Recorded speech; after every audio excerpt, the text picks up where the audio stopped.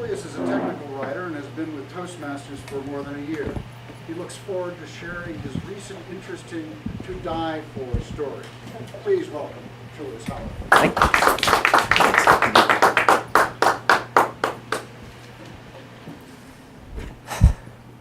To die for something. What could be more absolutist than to be willing to give your life for something? What are you willing to die for?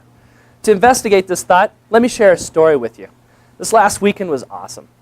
No, I didn't go skydiving again. No, it all starts back on Wednesday when I hopped in an airplane and decided to run off to San Francisco, whereupon I switched over to another airplane and went to Hong Kong.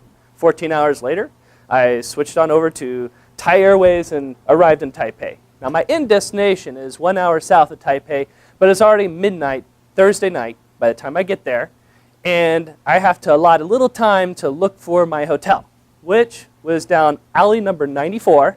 So I went up to alley number 90, and then I kept walking past this concrete building, and there's alley number 95.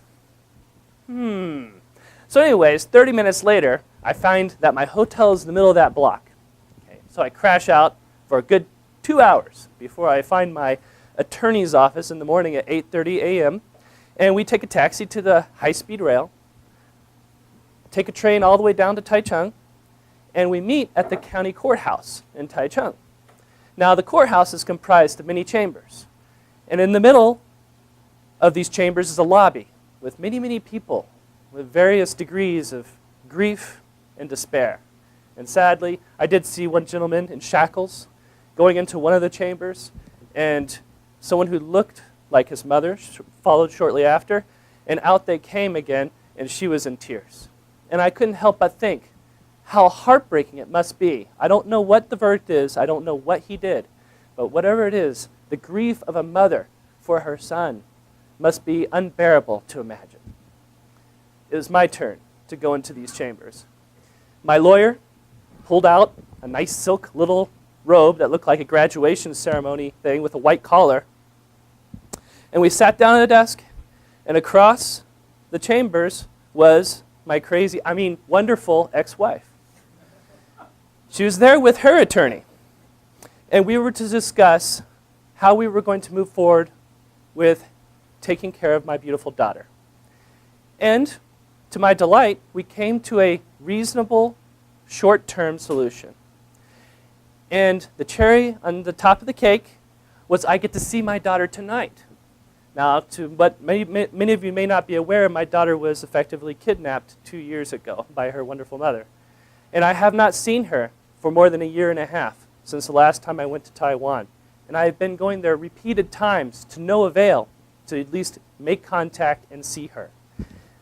So at 4 p.m. that night, we were to meet at a department store in front of an area where every hour on the hour, there's a big clock in front of this department store that puts on a little show.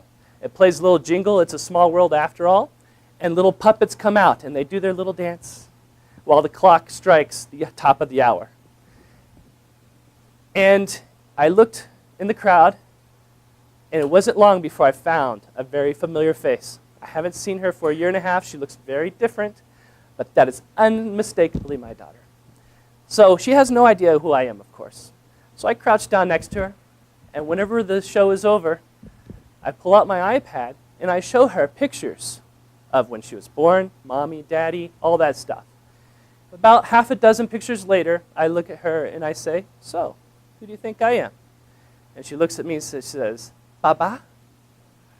Daddy? In Chinese. And my heart just melted. I was so happy. And we went upstairs, played with toys. We just bonded like there was no distance between the last time we saw each other and now. We just really got into the father-daughter moment dynamic. And I spoiled the heck out of her with an inappropriately large gift that is very hard to bring home in a taxi.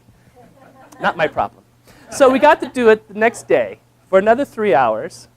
And it was, once again, just a magical 3 hours of father-daughter bliss. And at the end, once again, I spoiled her with an inappropriately large gift. And while she was waving goodbye, I reminded her that Mommy and Daddy love you so much. And then she kissed me. It was the most disarming, most beautiful moment of my life. And I don't know how many of you have daughters, but if you don't, squeeze one out as soon as you can. Because that one kiss is worth it. It's completely worth it. And on my flight back to Hong Kong, I bought a sketch pad in Hong Kong and a mechanical pencil because they don't sell pencil sharpeners. And I sketched for about 13 hours. And after my 20th sketch or so, I realized that as I sat there in economy class seating and thought about all the work I've gone through for the last year and a half, heart-rending experiences and whatnot, I must affirm with absolute confidence that for a parent, you have no idea what you live for until you realize or discover what you're willing to die for. Mr. Toastmaster.